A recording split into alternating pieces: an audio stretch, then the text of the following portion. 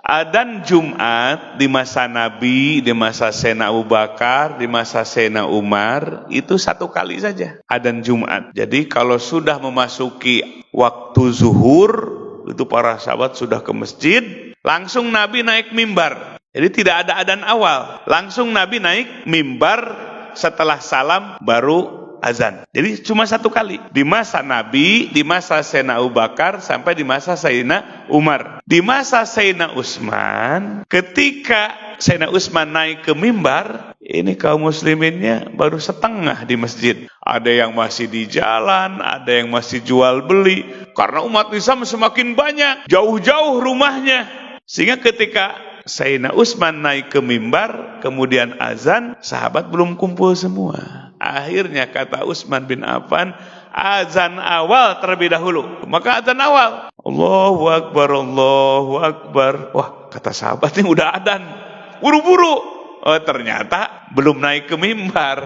Nah, itu adzan awal pada sholat Jumat itu adalah bid'ah. Kenapa? Tidak dilakukan oleh Nabi. Tidak ada pada zaman Nabi. Adanya pada zaman Utsman bin Affan radhiyallahu anhu.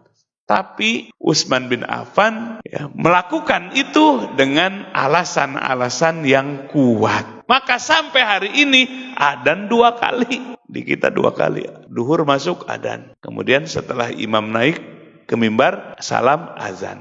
Bahkan di Mekah, azan awalnya itu sebelum waktu zuhur. Kalau di kita kan zuhur masuk, baru azan awal, adzan zuhur. Di Mekah dan di Madinah, adzan awalnya itu kurang lebih 1 jam sebelum azan zuhur. Jadi kalau adzan zuhurnya di Mekah dan Madinah jam 12, jam 11 sudah adzan. Allahu Akbar. Bapak pertama, waktu itu, udah waktu zuhur ini. Sholat aja qobliyah. Ternyata masih 1 jam lagi ke waktu adzan zuhur. Oh, ternyata adzan awalnya sebelum waktu zuhur masuk, persis seperti adzan awal subuh. Adzan awal subuh itu kan 1 jam sebelum adzan subuh. Berarti sebelum memasuki waktu subuh, adzan awal subuh. Nah, di Mekah dan di Madinah sampai sekarang adzan awalnya itu seperti adzan subuh. Sebelum datang waktu zuhur sudah adzan.